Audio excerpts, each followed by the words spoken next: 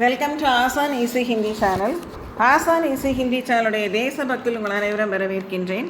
இந்த தேசபக்தியில் நாம் காணவிருக்கும் சுற்றுலாத்தலம் திருவையாறு. தஞ்சாவூரிலிருந்து 13 கிலோமீட்டர் தூரத்தில் இருக்கிறது திருவையாறு. மிகவும் அருமையான ஒரு இடம்.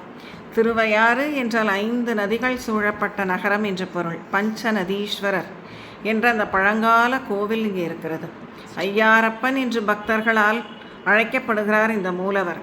இந்த பெயர் காரணத்தால் தான் இந்த ஊருக்கு திருவையாறு என்ற பெயர் வந்தது.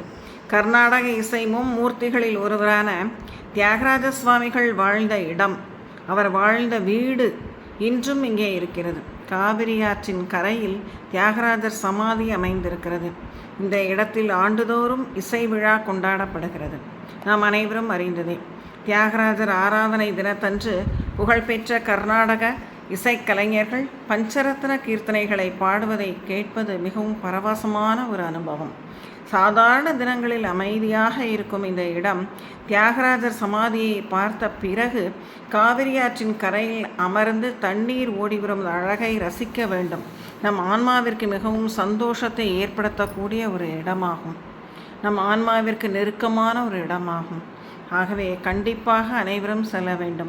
தமிழ்நாட்டின் முக்கிய நகரங்களில் இருந்து தஞ்சாவூருக்கு ரயில் பேருந்து வசதிகள் இருக்கின்றன. தஞ்சாவூரில் இருந்து நகர பேருந்துகளில் திருவையாறு செல்ல வேண்டும். ஆட்டோ, கார், வேன் போன்றவற்றிலும் செல்லலாம். தஞ்சாவூருக்கு அருகே இருக்கும் ரயில் நிலையம் தஞ்சாவூர் ரயில் நிலையம். விமான நிலையம் திருச்சி. இங்கிருந்து 56 கிலோமீட்டர் தூரம். ஆண்டு முழுவதும் சென்று ரசிக்கலாம். தஞ்சாவூரிலும் தங்கும் விடுதிகள் இருக்கின்றன. தியாகராஜர் ஆராதனை விழா நடக்கும் நாட்களில் மட்டும் கூட்டம் அலை மோதும். முன்கூட்டியே அறைகளை பதிவு செய்து கொள்ளலாம். திருவையாறில் அசோகா அல்வா மிகவும் புகழ் பெற்றது. சுட சுட இந்த இனிப்பை சாப்பிட்டால் அற்புதமாக இருக்கும். நாம் அனைவரும் சென்று இந்த ஆன்மாவிற்கு சந்தோஷத்தை ஏற்படுத்தும், மனதிற்கு புத்துணர்ச்சி ஏற்படுத்தும் இடத்தை கண்டிப்பாக பார்த்து ரசிக்க வேண்டும். வாழ்க வளமுடன். நன்றி.